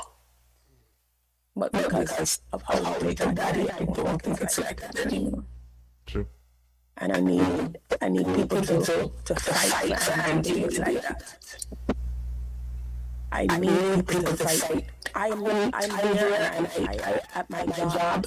Anybody asks me where I'm from, I say I live 365. 365 beaches, one for every day of the year. I think this is maybe 100 on my daddy. Because he likes those good different ones. Right? We have our favorite, but he wants to show us that, Antigua is 365 beaches. But in order for our country to be sustainable, this has to end. This cannot maintain itself. Daddy's death is a sour spot for Antigua because he was a good man. He was a great man. And he can't just be cut down from nothing. We have to change. We have to do something. We have to do something. We have to remember what it is to love your neighbor. I mean, I don't know if stores still trust things. You know what trust is? Yeah. Where you check Harris? When you can tell them right? Okay. Right. You still didn't even know. You write your name down in a book. Because those old schools, it kind of build the camaraderie that The trust. Build the trust. yeah, the trust. And I will tell everybody, like, I'm struggling to trust man. I'm struggling to trust man because human beings have failed me quite so far on this one. In the same way. I love people, but we have to recover. We have to figure out something because my heart is hurting. Daddy did great things of which I'm proud. But my heart is hurting. And we can't shift Antigua in this direction. We can't. This is a major shift in the wrong direction. And let me ask you a question, Daryl. I know you're integral in terms of Rangers Football Club, where George with the basketball court right next door and stuff. How you like to see him be remembered, as Shakira said and they alluded to earlier on, remembered. Because his legacy must live on for a long while. A man that do so much with actors, they can't make legacy just go down in jail like that. Well, as I said, that's something that we, Shakira was saying the same thing, for another time. Because, something has to be done. They were saying the same thing, It's different, not just in artists. In Antigua and around the world, it's just totally different. Everything is just, before we used to try to promote the good, but it looks like the ugly is what people are looking for. And you're seeing it all over, So there must try to be some kind of shift. We try that, even at the club at Wages here, we're trying to, artists football, football, youngsters that come up here. We're trying to share them, and the gap. You used to talk about the generational gap. It's so far. It's not that it's so far away, and even the ones that's supposed to be close with the generation gap, they seem so far from that gap. So, the 5-year-old between the 18 and 17, 20, 28, they're far from them. They can't understand certain things they're doing, and we way 20 and 30 years away can't understand, So we have to try to understand them and shift them around to the good, The music, everything is just totally different. But the promotion of what's going on now is just different. People just love ugly, as we used to say. They love ugly. You don't hear them talking about all the great things people are doing, and so they're talking, oh, he just don't do this. There must be some kind of change, and I think this is something that this has woke up, hopefully, the people, not only in artists, because we in artists too have to get together. I really don't live there now in artists, but live far, but that's where it still is. People call me to go coach other teams, don't know. Artists. you know. My partner here just cost me too, but my family tiny. It cost me 10. Hey, you out so, go out so. But as I say, it's just a special way that we grew up with the persons that are around us that used to look out for us. I just remember, as they were saying earlier, Charlie would pass on the corner. Hey, why do you go home? And just get up. I go home. The back chat. No. Nowadays, you go tell them guys, who you? All kind of things. True. Cost you and all kind of things. So, you know what I mean? So it's and sometimes their parents too want to get in and cost you. Yeah. Before when we go, we can't let our parents hear what's up because Charlie send you home and they move. Yeah. Boy, you just start get coughing out. You know what I mean? So it's different. It's totally different, but we have to find ways and means of just, as we were saying, trying to get it back, and let it stand for something in artists and Antigua here. Maybe we artists have to be the ones to start that move and that push, Yes, I agree. I must say it too, I heard Leo mention trust, I can tell you I was with Charlie at the gas station at start and everything, and I can tell you, I didn't want to mention it before, but Charlie kindness, generosity. Yeah. I remember some people come there, the days they need a visa, they have the funded. Yeah. I tell Charlie, you say, no, the money and that, and Charlie's organize the banking money for them so they can get the visa. Yeah. And they don't go back eventually paying, but Charlie was always helping people. I can recall about 4 different times that happens. Yeah. I have to be there. You know what I mean? Because you ask me their money, I say, and it worked out well for them. But Charlie was always giving, Charlie helping people. I remember his kindness, man. You know what I mean? That's what I say. But we always have like a banter and all that going, we can't see each other with the bad thing, man. That's Charlie for you, man. True. Hey, Charlie loves that. Yeah. But let me ask Sheka as a question though, piggyback on what Kins just said, which is so true, a generation gap. And Sheka is really youngest and a set, unfortunately. How do you think we can bridge that generation gap to understand the legacy of Charlie?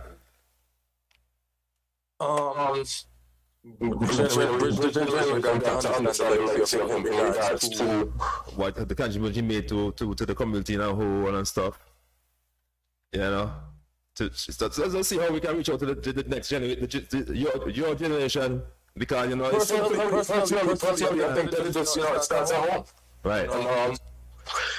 Outside it starts at home. After that, it takes a village. Living said that. She hope Antigua can get back to what it used to be. I hope so too, but the people that live there have to hope so. The people that live there have to speak up and let the authorities and the officials and the elected understand that we don't feel safe. We don't feel safe. If you can't protect the child, that is the pillar. He is to Antigua's economy, somebody that employs, not only Antiguan citizens, but employs people in Antigua in general. If it happened to him, who can it not happen to? That's the real question. So, bridging the gap, I think, starts at home. A lot more community-based events and just getting back to, our roots. I get it, times change. So things change, people change, times change now. So the crime in Beverly Hills in 2025 is not how it used to be in 2002. But that don't mean you can't take that to Beverly Hills. That don't mean you have to accept what's going on in Beverly Hills right now. Take it back. And I think that to honor his legacy, one of the ways you can bridge that generation gap is to, it's not at home, and it's more community-based. We, as men, And you guys as older men that some of us as younger men look up to, like how Charlie was looked up to by a lot of younger men. Y'all have to pull over just like him. Come on, y'all have to pull over just like him. Tell them pull up pants up. Y'all have to pull over.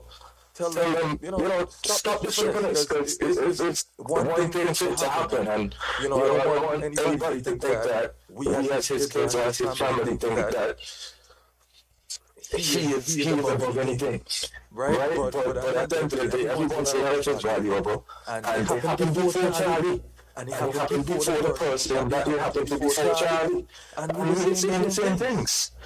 We Auntie can get this, Auntie can get that. When do we stop saying that and start executing?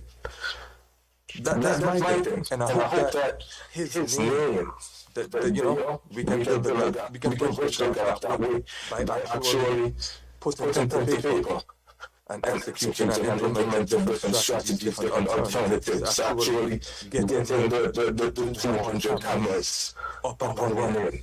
And outside of that, finding other ways to improve and allocate the resources and make sure the resources are being used to improve the safety of Antiguans in honor of George Barnes.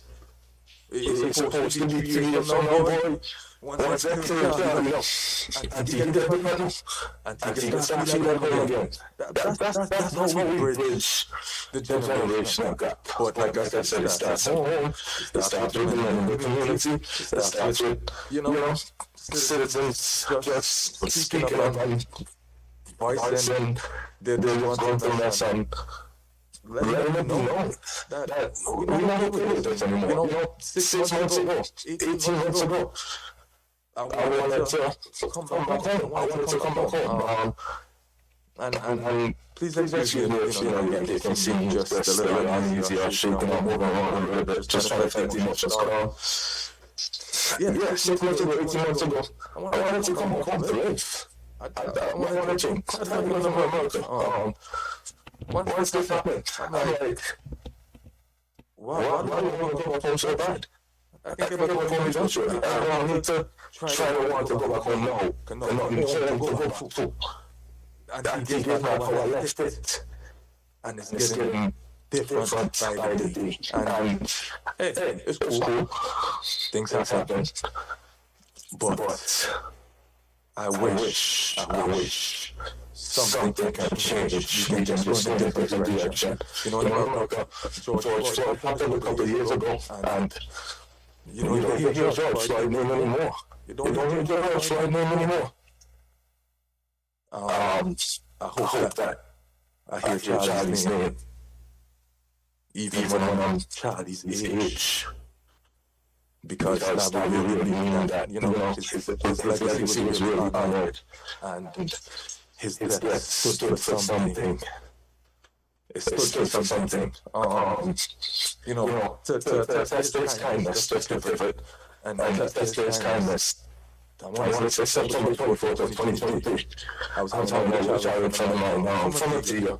Echo some Malcolm talking something to be exact, and, my really good friend, Sunday afternoon, we going back to his house, and I tell him, we gotta go now, because once he take me back and I get my car, I have to go and look for Charlie. Because I was leaving Florida, I think, the next day or 2 days later, taking me back to my car, get into an accident. A life-threatening accident, really bad. This happened on Sunday afternoon. From my mistake, on Monday, 2 a.m., 3 a.m., I wake up from surgery. Charlie was at my bedside. Charlie was already at my bedside. He didn't wait till the sun come up to come to the hospital, if I remember correctly. I woke up and Auntie his niece. Him and Desiree, just to speak to him, man, we really only lose somebody here. We lost a piece. We lost a piece. We lost a piece. I don't know if it's a piece of Antigua, but we lost a piece here, man. We lost a piece the wrong way. The wrong way. I mean, it's inevitable.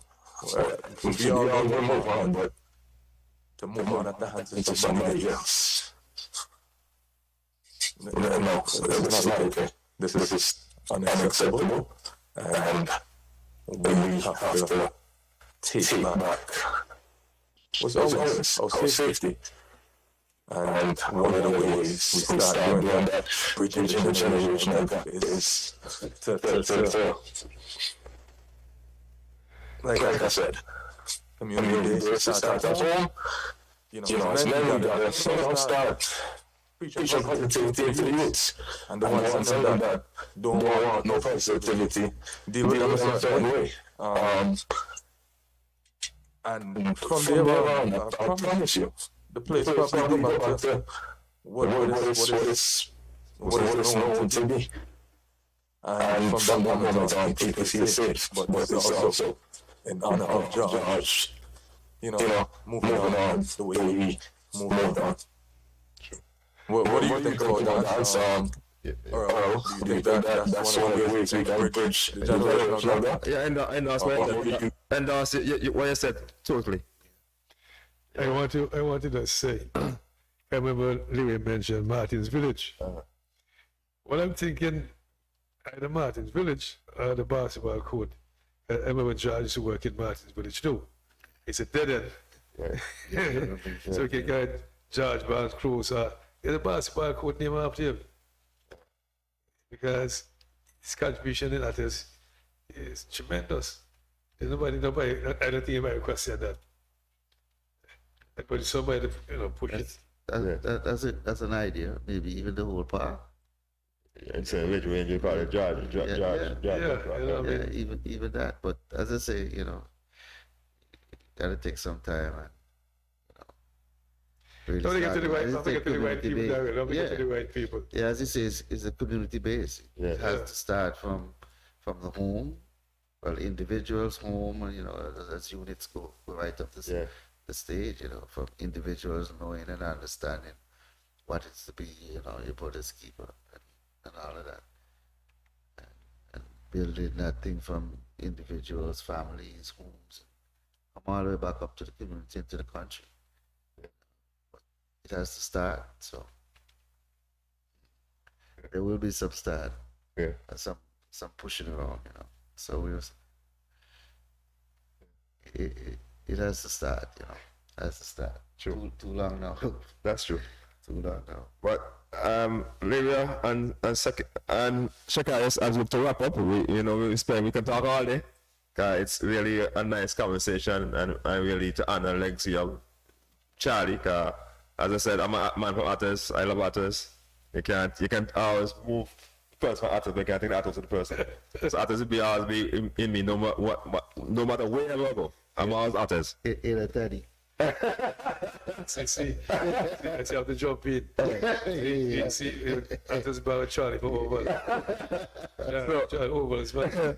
So, Lyria, I know that funeral is on the 15th, so you can share with the all people watching and tell them, the time. So, the funeral of George Edward Barnes, also known as Charlie, will be held at Ebenezer Methodist Church.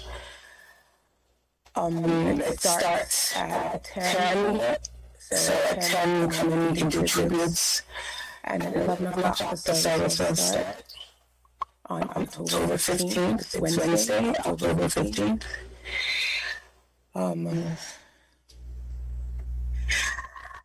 We hope that everyone is able to attend to honor you. We will try the live stream. We will be making every effort to include everyone who is an Antiguan or who is coming in from Antigua and has been affected by that day. He is a massive person, so one day is probably not going to be enough.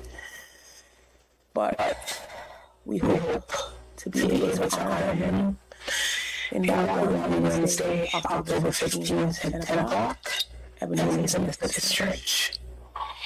And if you guys want to send a video tribute, I could give you guys the email, or I could send it to you on WhatsApp, so you can send video tribute. Or if you're gonna be there and you can, they come in and ask how much time we have for the tributes. So if you can, write something, script something for 2 minutes, because they said written tribute, spoken tributes are limited to 2 minutes. And just really tell everyone who Daddy was. Because, we're gonna try, but we're be teaching this one. I think everybody in Antigua needs to know that Daddy was an awesome father to many. He was a great man to many. And no 2-minute conversation probably is going to put him in a little box that says he's who he is. But they need to know and hear from Antiguans that he was loved. True. So October 15th, 10 o'clock is at the Methodist Church. And I think everybody knows where it is. That's his home church. And, we will try to honor him as best we could. I don't think we can do him justice, to be very honest. Even as I think him now. But we will try. And let me just ask you this, and I'll check out this after too. How you like it? How you like your dad to be remembered?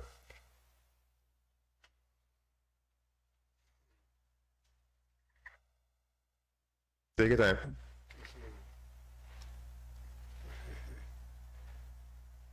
He was proud of Antigua. He knew that in Antigua, his children would have a great foundation.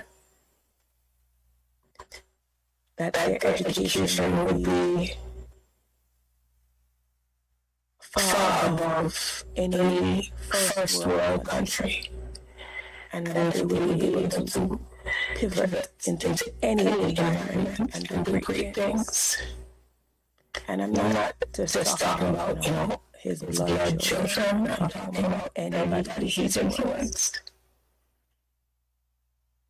So he had a lot of confidence in Antigua and the ability that sports to play in a young person's life, male or female. And where education was difficult, he believed in building skills so that you can sustain yourself and be independent. The history of Antigua is one of we left from slavery into practically independence, to be very honest. Okay, we didn't have what other places had, that apprenticeship period. We were strong. We came from strong, skilled, understanding, education, loving. I don't know what else to say.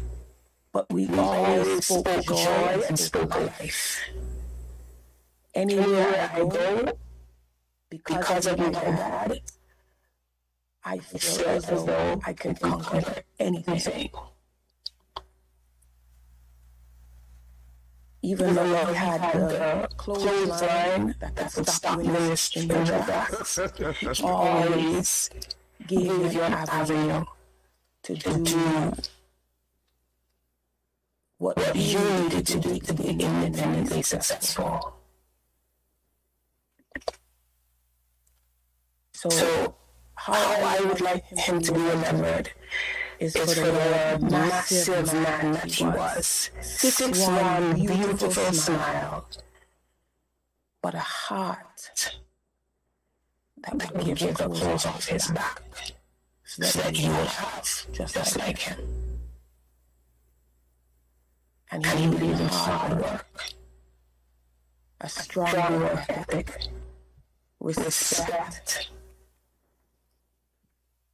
and discipline.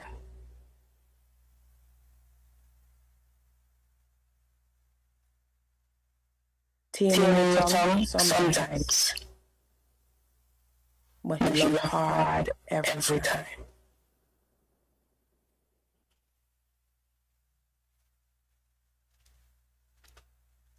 Thank you. Sir Kailash, how would you like him to be remembered?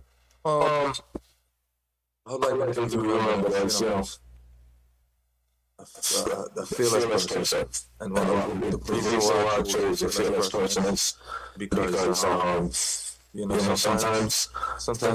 say things out of fear. It's not that we don't think it, that we don't know it's wrong, but we don't say it, or we don't say it publicly out of fear.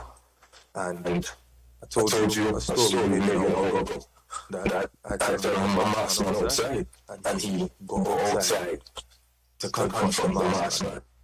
That type of fear is what I want to ignite his remembrance, and I want him to be remembered by the one that changed the trajectory of the nation's security. That's how I want him to be remembered.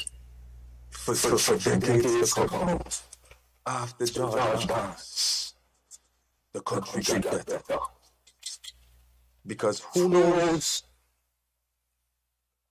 what next massive person is going to be, or what next hard-working mother is going to be. And if it's the hard-working mother, we did not do this for her. Because her name is as big, but her life is just as valuable.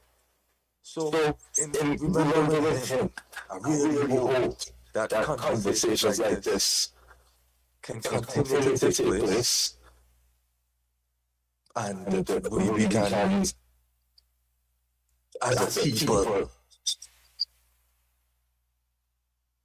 exclude the fear and include George in our thoughts, and let that ignite us speaking up for change and speaking up for wanting a better Antigua and a better level of security, a better level of feeling safe in your house at night time. Daytime too. But that's not why I want to be remembered. This is rough for me, and I want to ask you something before I go. Is this the last time you're having this conversation, this honoring of George Barnes' legacy, and the reason why I asked that, just to give you some transparency, is because I know that when situations like this happen, 10 days talking, and when 10 days pass, or something else happen, something else hit Antigua move home, George Barnes' name is gone in the dirt, and it's stained the dirt. So I'm asking you, is this the last time we're going to have this type of dialogue, this type of public forum, that we don't only speak about him, but speak about how the nation's security, or the trajectory of the nation's security needs to, take an uptick. What I can say to you, this program is really a sports program, really. And I honor George because of the fact that I'm from Artis. I just said earlier, and I don't live in Artis anymore, but they can't take Artis out of me. And when this stuff happened to George Barnes, I felt it real hard, because someone that I do business with, and someone who I spent time a lot to sit down and talk and stuff like that. Just the Friday before he died, we have a conversation about certain things. And to hear the news, it just take part of me just went out the door. Because it just hit me real hard. So this conversation with George will always live me forever. It will never stop. Okay. So we're probably gonna do this again. Even if not next weekend, maybe at some point. Correct. So at 3 window after the funeral or something like this. The legacy will still be there.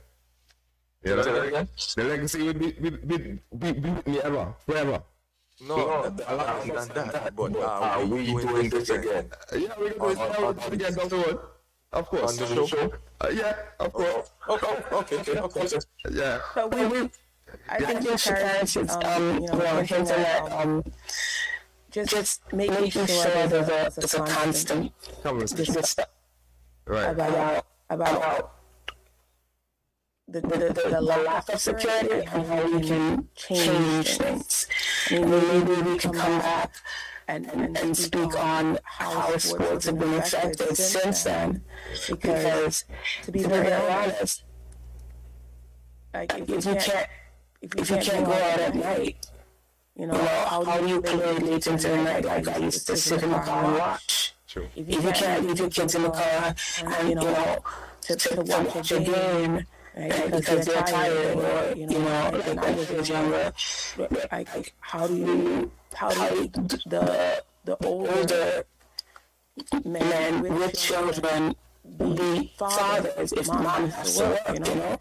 Those things affect security, affects everything, and the quality of parenting, the quality of family life.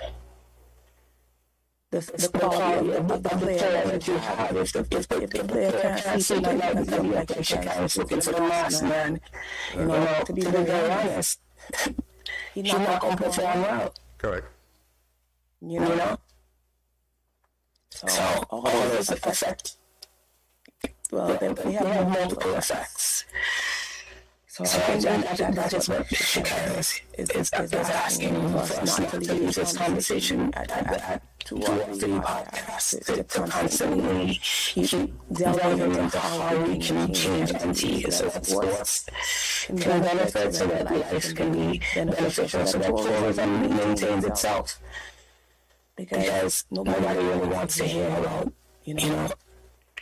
a lack of safety on the island. Correct. An island that is beautiful and has so much to give. Known to be in a safe place. And known for being a safe place. How you like him to be remembered? Well, as everyone has been saying, there are lots of things for him to be remembered about. But to kind of put it into just a little synopsis and closed circle for now. For me and most of the guys that grew up around Charlie, I'm sure they would agree with me that he was a guy with lots of love. Not just having love, but showing love to family, which is very close to him, the community, and the country of Antigua. Charlie will fly the flag all the time. So for now, that's where's the start. Shakira and they were saying maybe it's time now for us to take artists back. Take it back. As of late, too many things happen in artists that never used to happen before. The other little things, the little persons going into people's houses and doing these things and stuff, but now the deaths, killings and those kind of things now. Wato has been up there for ages. Ages. So yeah, that's the way I want it. The strong love he had for persons, for people, family. As they were saying, it was always for family. Family, the community, and for the country. Daddy? Well, like I said, man, Charlie's my childhood friend, man. We grew up together in the ovals. Before you start, I want to put you on spot. You think you can do anything for Lyra on the 50th stream? Well, I must tell you that still strong about streaming. She's still strong about streaming and stuff. So I must tell you that we do have the streaming, but that was nothing for me. If the technical guys are available. Okay. You know what I mean? We stream a lot of funerals, especially sports and people. We do like that. We do that with people. We do that streaming the funerals. So fingers crossed later, once we get our technician is available and stuff, we stream that funeral for you come on the 15th. So you don't have to worry. So I'm gonna get a number. No, we're streaming. We're streaming. We just wanted you to prepare a statement for her. Okay, no problem. So we do a lot of that for sporting people around here. Right. And this is Parish Network, Parish Sporting Organization, you know. So, Yes. but hey, ain't even Charlie ever do. You know, it's even Charlie in my body. Ain't my body, man. You know, pass by him, and you know when you pass Charlie, you know the grinding starts. Yeah. Yes, and raised the standard and raised it boldly. Yeah, man, that's right. And I must tell you now, he used to tell me that I was the one who teach Cabo to cook fungi, man, but he not so ready yet. But Cabo to watch it now. Cabo to fungi. You're fungi, man. You cook fungi, Cabo cook some called pop. That's sweeter than your fungi. So it was fun for us when we all get together, you know what I mean? So he said, could we cook a better rice than you? Rice and fish. I said, no, man. I said, see, Cabo the fish rice with the rice pop. Plenty fish water against with the rice. So we have fun. Every day we have fun. Right. So he said, look, I come into the cooking this one these days. So he came here one day, cook some fungi and say, your fungi good, no, but not as good as Cabo with him. You know, can't give him good, you know. Because if we give him... Zoe put something in the chat, maybe she wants to speak. That's Zoe? She said hi. That's Zoe? Who's that? She was saying how she wanted to have that to do like after Earl asked the She's there? No. Could I read it? Well, read it. You can read it. She said, hi, I appreciate you all. I hope that Daddy is remembered as a man, a proud man. A man who was humble and stayed with his roots while nourishing the branches and leaves. He believed in education and hard work, but he would grind you to dust with his jokes. Live on forever, Daddy. That's right. I know. Most of them know who's watching. I know that's Charlie. See, yeah, I'll tell you about that shit. That level, miss. No, that cars are on a big side in Antigua. You know. That's Charlie here, man. That's what I like about Charlie. It always connects. You know, we grind people. Yes. We don't forget. We don't forget about what we do wrong. Yeah. If something like Shakai said, the pilot days. Charlie would never forget that. I know. You would never forget that. Still with pilot. You remember that? You never forget that. You can pull him up forever. And that's oval mentality. You know? So, like I say, hey, we're going to miss him. Like I say, sometimes passing, going home and we're sitting on the pumping gas together, as we used to do when he started. So then when he does it for a while, when the pass looking for him something, take me in Florida. He had an accident. It's just a treatment. So something I don't often see him after a while, you know, because I'm not at factory anymore. I quickly feel like it's me every day. You know, so, hey, a great friend from ever. And I'll keep, I'll remember him, man, forever. Well, I just want to say to Lydia again, I expected last week, I'll say it again today. I just want to say condolences to you, to the family. It's a real tough blow for all of us, but I know even tougher for you guys, because you guys are blood. I just want to say, just be strong. You know, I know it's really a difficult time. Just remember, God is in the midst of everything. I just want to say thank you for Zacharias and yourself and for Kinsey to come today and share some legacy of him to our audience. We really appreciate it. And I'm really touched and moved by what was shared today. And for Zacharias, I promise you, his legacy will never die. You can take hold of that with me. Okay? Yeah. All right. I just want to say to the audience, thanks for viewing, thanks for watching. Everyone have a good weekend. All right. Thank you so much. Thanks for having me. All righty. Okay, take care. All right.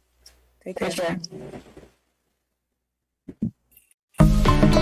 Jingle your keys and get in gear with a car loan from ACB. Drive away with a loan that fits you. Get up to 100% financing and 10 years to repay on a new or used car. Plus, get a pre-approved credit card. So rev up and get in gear with the Simply Smarter car loan. Call or visit us or go to acbonline.com for more. ACB Caribbean, simply smarter banking.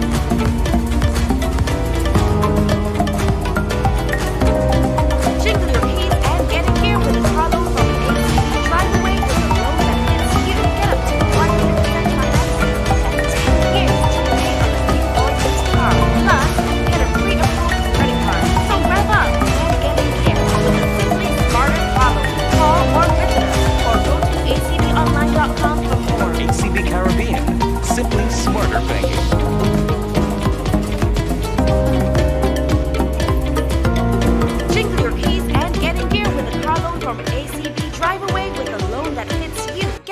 100% financing and 10 years to repay on